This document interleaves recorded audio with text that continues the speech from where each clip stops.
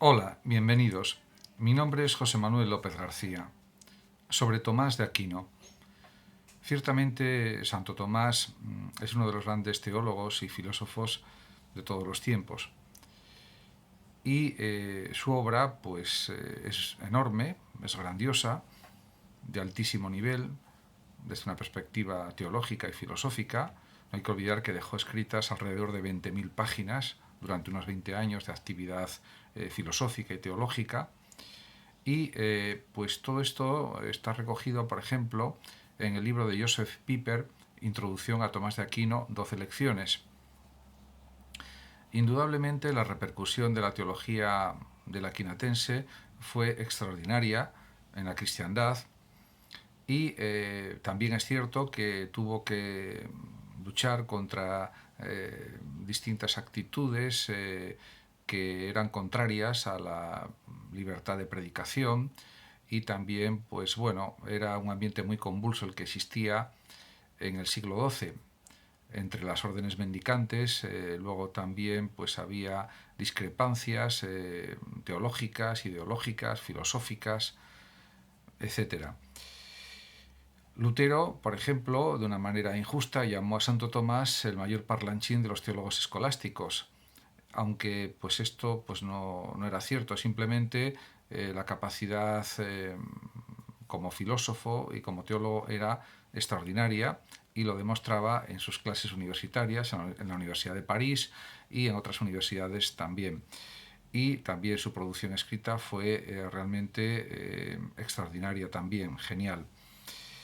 De hecho, el propio Tomás de Aquino, que tenía una gran memoria y una gran capacidad discursiva, pues pensó que su tarea era exponer, enseñando y escribiendo la totalidad de la concepción cristiana. La vida de Tomás de Aquino fue breve, relativamente breve, ya que no llegó a cumplir los 50 años, nació en el año 1225 y murió el 7 de marzo de 1274 sin haber cumplido, como ya he señalado, los 50 años de edad. Ciertamente, unos meses antes de morir, dejó de escribir y hay una frase que él dijo en la que manifiesta que todo lo que he escrito, dice, me parece paja comparado con lo que he contemplado. Esto está haciendo referencia pues, a un éxtasis místico o una contemplación mística que tuvo en los últimos meses de su vida antes de morir. En cualquier caso, pues su obra teológica y filosófica pues ha tenido muchísima influencia a lo largo de la historia, tanto en el ámbito religioso como en el ámbito filosófico. Tomás perteneció a la orden dominica porque era la que estaba más de acuerdo con sus planteamientos acerca del ideal de pobreza y también el ideal evangélico.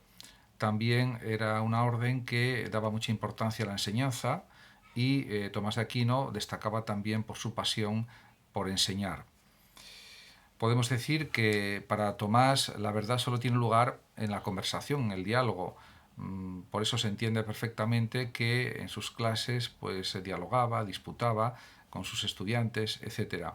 El método escolástico que había creado Pedro Abelardo en su obra Sic et Non, sí y no, pues es un método que utiliza constantemente en sus clases universitarias el propio Tomás.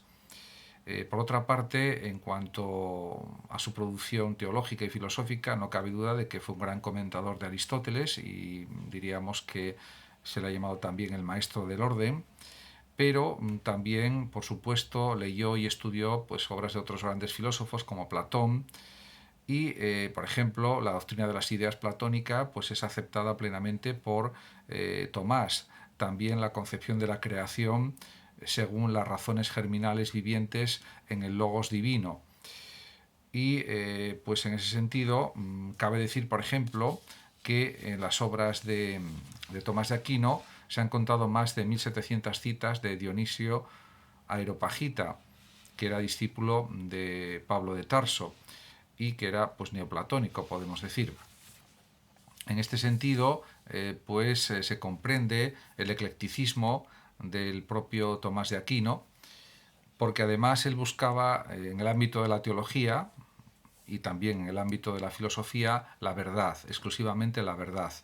y por tanto, como también señala Joseph Pieper, nunca una cita de Aristóteles quiere significar en Tomás que lo dicho es verdadero porque procede de Aristóteles, sino que es verdad porque está correctamente argumentado por el mismo Estagirita. En este sentido, pues está convencido Tomás de que los argumentos filosóficos son válidos porque no derivan del principio de autoridad o del argumento de autoridad, sino que su verdad deriva de su propio desarrollo argumentativo. En definitiva, son verdaderos porque lo que se dice es válido o es verdadero también. Además, está claro que él insiste en que la verdad de las cosas es lo que le interesa en el ámbito tanto teológico como filosófico.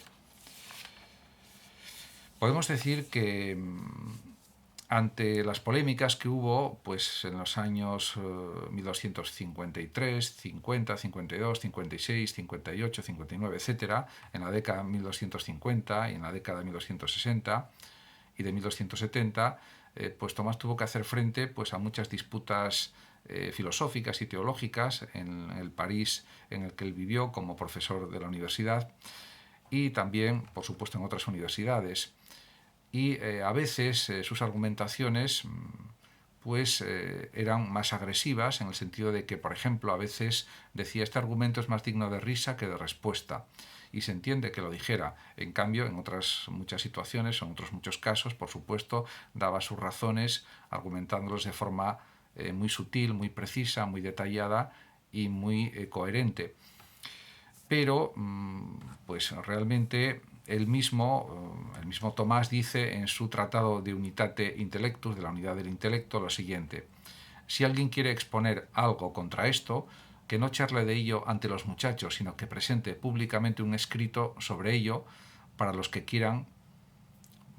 los que quieran puedan juzgar lo que es verdadero y puedan refutar con la autoridad de la verdad lo que es falso. En definitiva, aquí está dando pues más importancia a lo escrito que a lo hablado, discutido. No porque lo hablado no sea muy importante, que lo es, ya lo había dicho Platón, que los discursos hablados permitían cambiar las ideas, cambiar los argumentos, cambiar los conceptos de una manera prácticamente directa y automática. En cambio, lo escrito hay que remodelar o cambiar lo escrito y eso supone pues un mayor trabajo. En este sentido, lo que quiere decir Tomás es que lo escrito es literalmente lo que hay que entender, comentar, discutir, argumentar a favor o en contra de ello, etcétera, y permite pues una mayor rigurosidad y una mayor precisión y rigor a la hora de intentar contradecir algo o simplemente de afirmarlo y decir que es cierto. Por otra parte, también Tomás era consciente de que había una enorme cantidad de sutilidades escolásticas que él, por ejemplo, no quería utilizar porque las consideraba contraproducentes. Esto no significa que él no fuera enormemente sutil en sus argumentaciones, en sus explicaciones, etcétera, que lo era. Pero también consideraba que había que poner un cierto límite pues a la escolástica. Por otra parte, está claro que el mismo Tomás tenía el arte de saber condensar o concentrar sus argumentos a favor o en contra de algo en el espacio muchas veces de 1 o 2 páginas, como ocurre en la mayor parte de las veces en el artículo escolástico. Y además le dio a la disputación hablada, oral, pues una gran función, un gran papel en su enseñanza y en la discusión de puntos doctrinales, de puntos teológicos, de aspectos filosóficos también, etc. De hecho, pues una de las cosas que él practicaba en sus clases universitarias era la disputatio de quolibet, o dicho de otra manera en castellano, el ejercicio de la libre discusión. Sabemos, por ejemplo, que Tomás, durante los 3 años que van de 1256 a 1259, mantuvo 2 grandes disputaciones por semana en la Universidad de París. Y esto pues era algo que le satisfacía enormemente, ya que era capaz de improvisar nuevos argumentos, nuevas razones para apoyar sus tesis, sus afirmaciones. Y esto también era pues muy positivo para los estudiantes porque veían los detalles de sus argumentaciones, las razones que él esgrimía, con mucha profundidad y siempre basados en la verdad y en lo que él consideraba que era lo cierto y lo correcto, desde un punto de vista doctrinal o simplemente filosófico. Por otra parte, también Tomás lamenta en su obra Suma contra los gentiles que las afirmaciones de los musulmanes y de los paganos no les sean conocidas en detalle, y dice literalmente para que nosotros, a partir de lo que ellos dicen, pudiéramos sacar argumentos para destruir sus errores. De todas formas, él era capaz también de argumentar de una manera más general pues contra los errores de los paganos y de los musulmanes. Pero si hubiera dispuesto de textos más concretos, pues hubiera rebatido esos textos con mayor precisión todavía.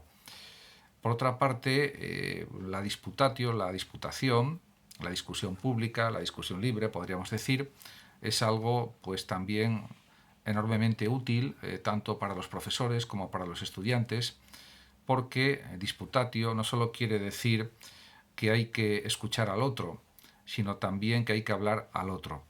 Y además, para Tomás de Aquino, la disputatio, la discusión libre de ideas, de conceptos, de argumentos, pues era el espíritu de la propia universidad de su época, del siglo XIII. Muchas gracias a todos por su atención. Saludos como siempre a los oyentes de Radio Sofando de México. Y por último decir que los que lo deseen pueden compartir este vídeo en sus redes sociales, darle like o suscribirse a mi canal de YouTube. Hasta siempre.